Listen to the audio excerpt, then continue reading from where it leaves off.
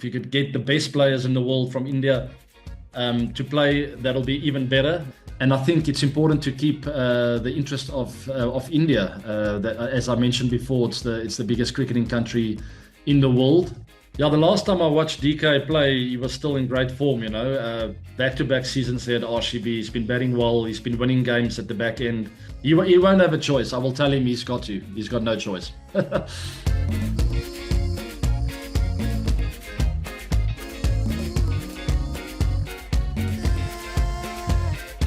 Yeah, perhaps it'd be nice to see some of them in the peak form of their careers to come over and play. I know it's difficult with regards to scheduling and with the ICC and the BCCI having to find window periods for the various tournaments. It's very complicated, and I understand the difficulty in that.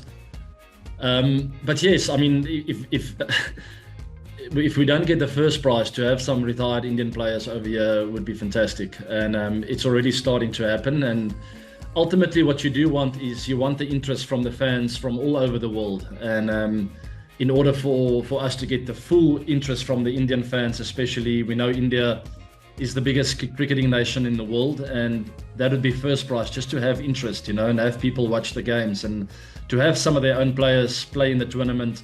Obviously, that's first prize. If you could get the best players in the world from India to play, that'll be even better. But I know that's not possible right now. Maybe down the line in the future, who knows what will happen. But for now, I'll gladly take some of the Indian players to at least come and play, even if they're retired. We know some players maintain that form for many years after they've retired. So it is exciting to have a little bit of that at least, and have some of the Indian players involved, and hopefully more in the future. Yeah, the last time I watched DK play, he was still in great form, back-to-back seasons there at RCB. He's been batting well. He's been winning games at the back end. I don't know how much cricket he's been playing in the last few months, but with all the experience he arrives here, having played in South Africa before, I think he's going to do very well. It's a good question. I think first of all, just traveling to South Africa for people from other places around the world is a joy. I think it's a great country to travel to. There's a wonderful diversity in the landscape. Where you go up the Highveld, you're in the mountains, you get the bushveld and the game viewing, and you go to the coasts and you get sunny beaches, fantastic restaurants, great hospitality, great accommodation. So in that regard, it's already just a nice tour for any player to come to. From a cricketing perspective, I think the crowds are different to anywhere else in the world, where the grounds are built differently. There's a lot of grass embankments. You don't see that very often around the world. You don't see that very often in places like India. So I think that's quite unique. There's a wonderful atmosphere because of that. South Africans are generally quite jolly, and they love sport. We are sports fanatics. So the tournament's always well supported. And you'll see over weekends, the games over the weekends, you'll see barbecues happening outside the stadium, and just a fantastic atmosphere leading to the game. But I think that is probably the biggest difference, is the crowd attendance, not so much in numbers, but the atmosphere they create, the sing-alongs, also the competitions that are held for the fans, the catcher, the one-hand catches. I think it's catcher 2 million now, if I'm not mistaken, from Betway. And if you have an account open, it doubles up, something along those lines. So there is a great motivation for people to come in and try and take that one-handed catch. It can be life-changing, and we saw that happening in the last few seasons as well. There's bands playing, there's music everywhere. There's a lot of activations happening in the crowds, really entertaining the crowds in between balls, in between overs, and also with drinks breaks. So that is a bit different to some tournaments that I've seen or that I've taken part in throughout my career, and that I witness now. But I think that's the biggest difference. It's a great place to tour to, and the crowds really bring it. They bring a different atmosphere to anywhere else in the world. I think largely because of the grass embankments at Boland Park, Centurion Park, at Newlands, St George's Park. Most of the grounds, Durban, Kingsmead, most of the grounds have these grass embankments, and that creates that brings a great atmosphere to the ground.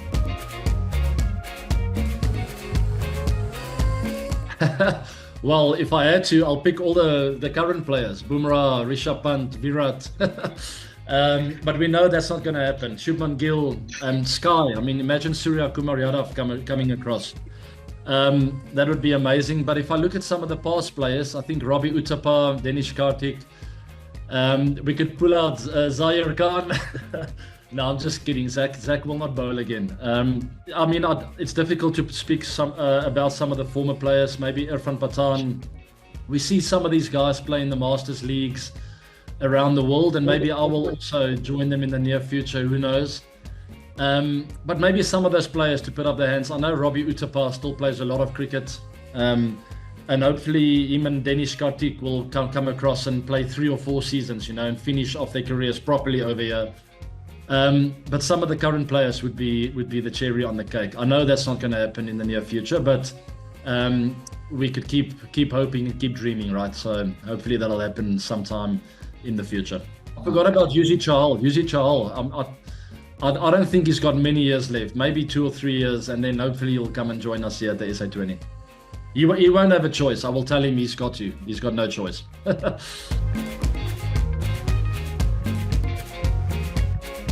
Learnings from the IPL. I think the biggest thing there is just to keep going. It sounds funny, but I think everyone doubted the IPL in 2008 and 9, and maybe even 10. It started picking up a little bit of steam, and for the SA20 just to always remind themselves of that, to keep trying to innovate. I think the IPL was very good at that. They always look to get better every single season, and I think they've achieved that. But sometimes things feel like they're stagnating and you feel like you're not getting anywhere. And I'm not saying that's where the SA20 is right now, but you just got to hold, and then something magical happens. So I think patience is a virtue, and patience is key with regards to that. And for Graham and his team, just to keep their heads down and to keep working, to keep looking for new ideas, to keep innovating, to keep pulling in the crowds, to keep looking for more attention from around the world. And I think it's important to keep the interest of India. That, as I mentioned before, it's the biggest cricketing country in the world, and if we can keep that interest from them and keep getting some more Indian players take part in the tournament, maybe we'll get some Indian people to come and visit South Africa. It'll be great for the country, and we'll keep that great partnership between India and South Africa that we've had for so many years. I think back of Nelson Mandela and Gandhi as well, and the trophy we always play for, the Friendship Trophy. So it'll just keep building on those ties that we have. I think that'll be the focus, is to not give up, just to keep going. They will not, I think people just get impatient. That's what it comes down to. In seasons 1 and 2, expecting fireworks, and I think they've had a few really good seasons, and I think season 3 will get even better. But sort of just to bring down your expectations and to remind yourselves that the IPL also grew slowly in the first few years, so much so that people said this thing will last for 5 years and it will die down. And look where it's now. So that to me is the place where SA20 is in now, is where the IPL was in 2008, 9 and 10. So yes, lots of room for improvement, lots of growth still to come, but not to give up, just to keep your heads down and to keep pushing harder.